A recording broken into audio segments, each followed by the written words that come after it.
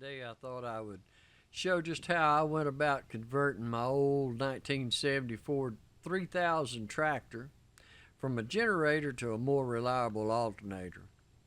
I've had this old tractor about a year and had some issues with the charging system since I bought it. It does charge, but it don't maintain the battery very well.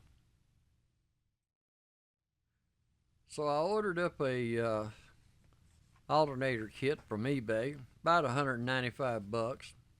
Consisted of an alternator, some mounting brackets, wire, and instructions.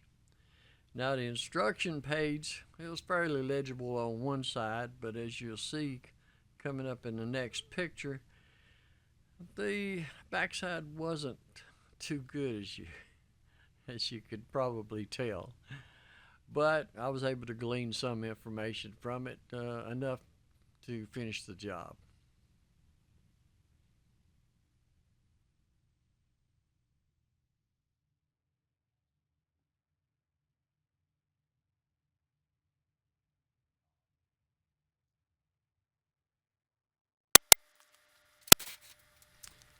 Now we're just going to take the hood off the sheet metal.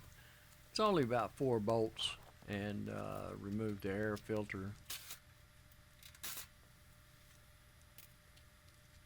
It helps whenever you're trying to locate and find stuff and get stuff out of the way. Find it so much easier to work that way.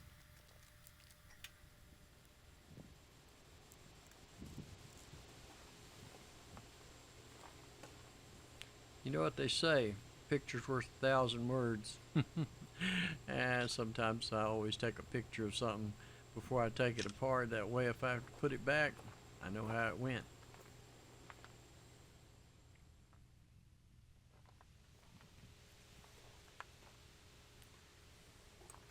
Now we're going to unplug the wires to the back of the generator. That's the field, and that's one wire goes down to the bottom. That goes to your oil sensor.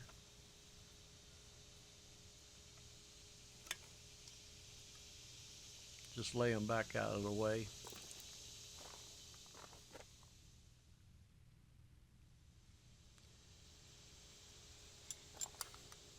Now we're going to take the 3 mounting bolts loose. One at the back, one at the top, and there's one with a nut where it pivots.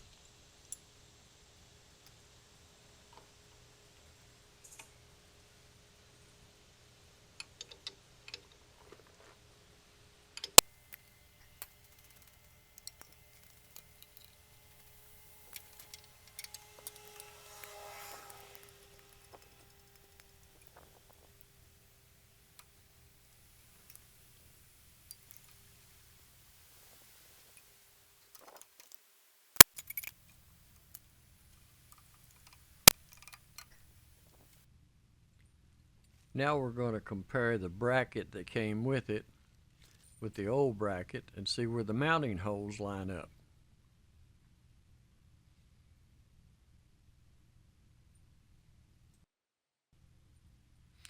Now that we're fairly confident that the bracket might work, we'll go ahead and remove the old bracket and we'll see if we can get this thing to work right.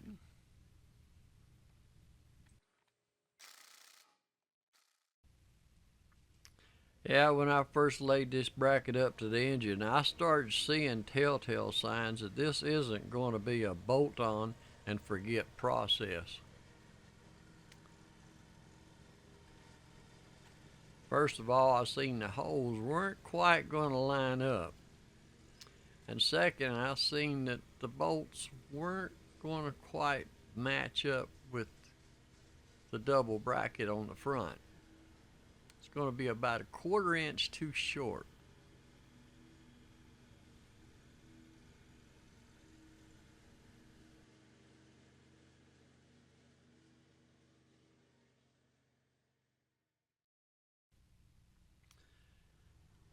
So I went back into the shop, dug around in my bolt bin, and come up with a 3/8 bolt that was approximately a little more than 1/4 inch longer.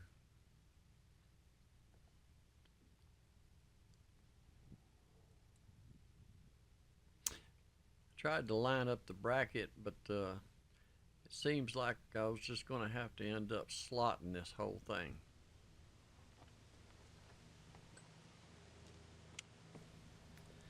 So I put the bolt in the front to check the alignment and saw that it was not going to be enough to align the pulley and the fan and the crankshaft with the alternator. So we're going to take this thing back inside and slot about a ½ inch wider so we can adjust this bracket front to back to line all that back up.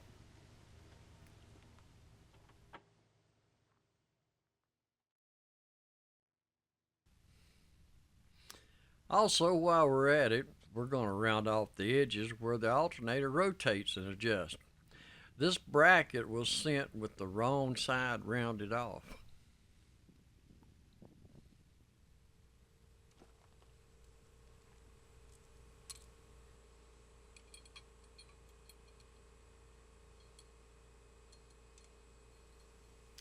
Now that we've got the mounting bracket slotted and the corners rounded, we can continue with mounting the alternator. And as you can see, it allows plenty of room for adjustment forward and back.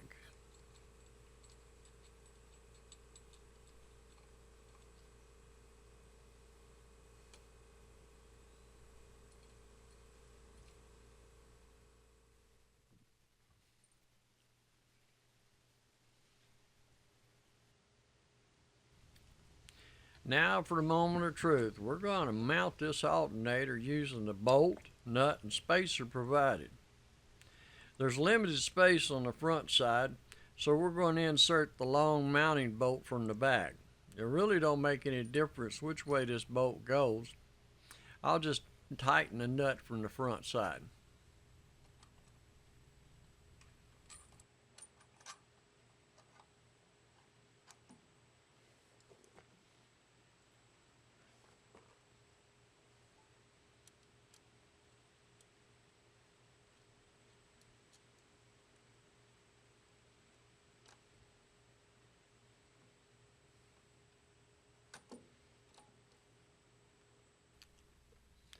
I got to looking at that spacer that they provided, and it wasn't much more than a piece of thin wall conduit they had cut, and it just flopped around on there. It didn't even fill up the gap. And I was looking around the shop and found me a 10mm socket that fit that bolt perfectly. So I cut it to size and slid it up on there, and it almost looked like a factory made. So that's what we used, and coming up in the next photograph, you can see that it keeps the alternator from sliding back and forth, and I'm quite pleased with that. That's the way a spacer should look.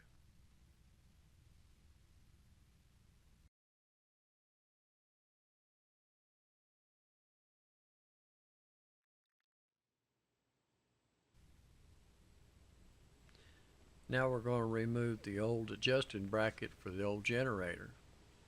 When you remove this bolt, remember to replace it because the new bracket will be in a different location.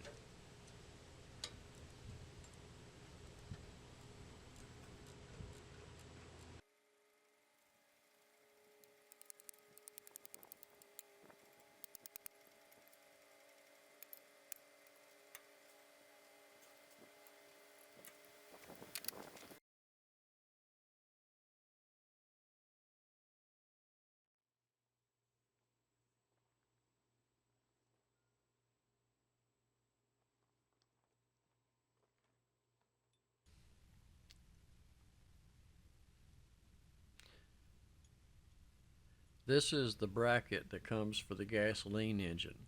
The one that goes for the diesel, it has a greater offset in it, and it actually attaches in a somewhat of a similar location, but where the water neck is.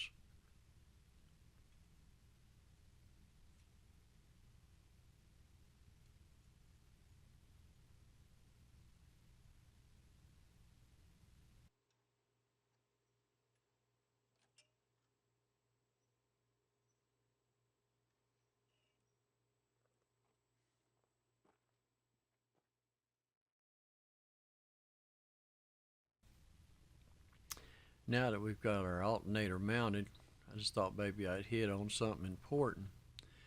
When you adjust your alternator, you make sure that you've got your alternator lined up with your fan and your crankshaft. That way your fan belt don't get worn or jumping off on you all the time. So it's good and straight.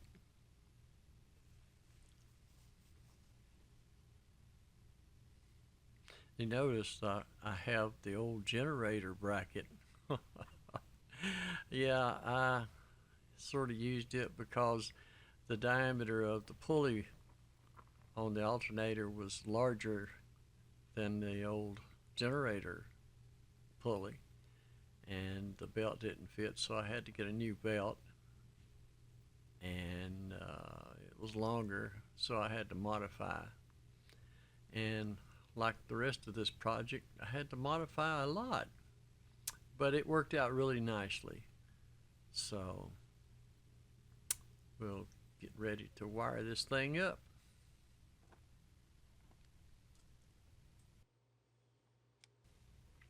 Now don't be too intimidated about this part. It's really not that bad. Although this part you need to be pretty confident in. Basically right here there are two wires. One's a large 12 gauge wire and a small 16 gauge wire that's part of the original harness. We'll only need the large one. Cut the old connector off. Crimp on a new ring connector.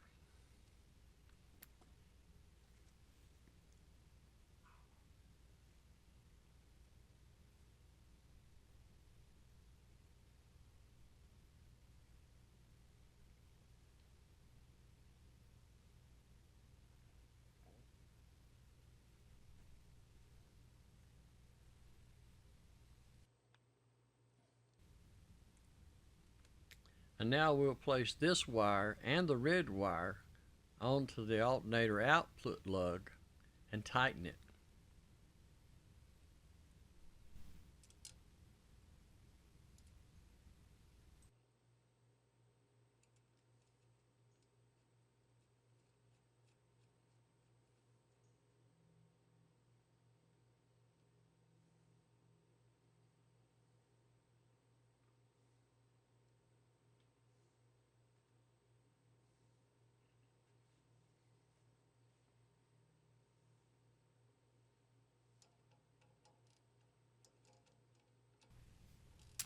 I had already plugged in the white plug and ran the yellow wire along the original wiring harness up to the voltage regulator. It is to the alternator warning light. I'd come back later and I'll tape all this up a little better.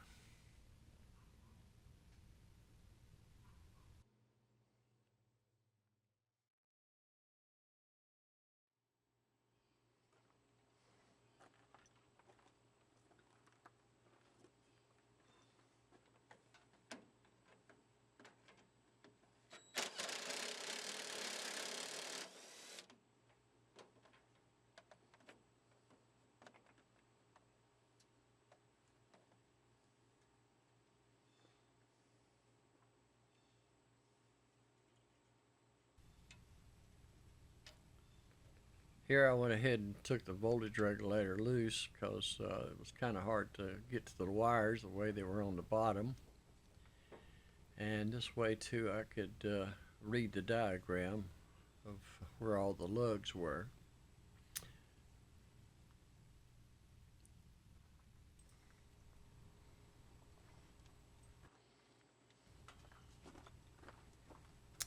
Here's just a little bit of old school kicking in. I always kind of like to take my meter and check wires.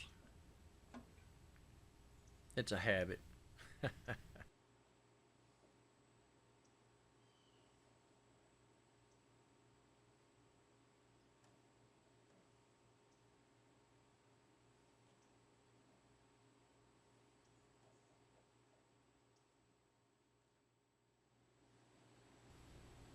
Actually, the biggest reason I got my meter is to make sure that I locate the proper wire that goes to that lug that we attach to the back of the alternator. This is important because we got to tie this same wire to the two battery wires that's on the end of this regulator.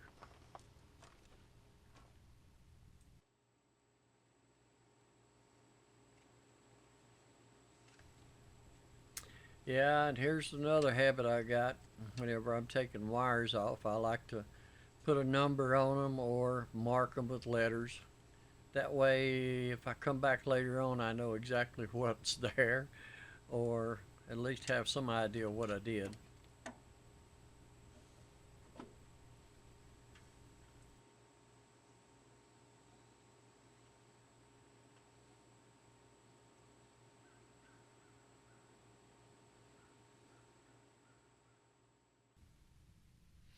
And here we got our voltage regulator laid out. I went ahead and labeled off some of the markings just for reference. Might be helpful.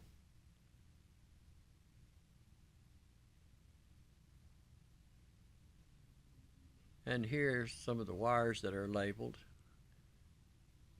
I tied the A with the two B's, which is the battery, and then I of course tied the warning light with the yellow wire. The field wire is not even used. You can just tape it off somewhere. And then we just kind of tuck that off over in the corner out of the way.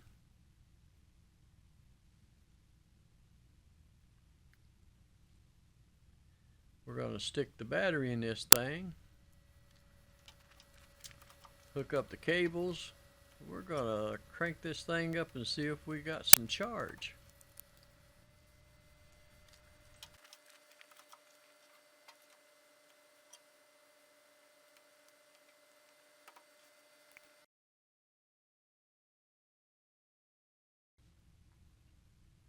Before we do that though, let's check and make sure our wires are hooked up, the oil pressure sensor and everything is ready to go.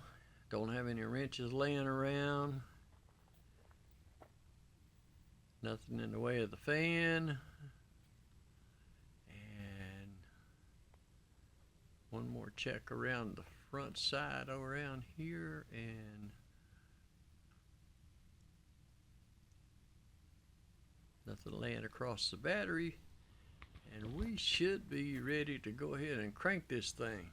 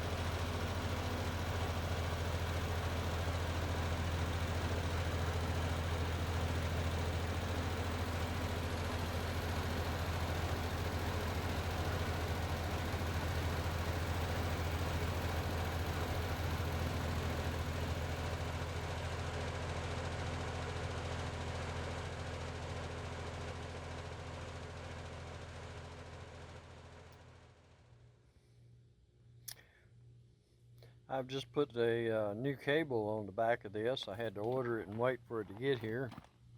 The other one was broke, probably been broke for years. But it's nice, fit up really well. I don't know if it really works that well yet or not, because of course this is a unit that came with the alternator, and it goes to the tach, and if we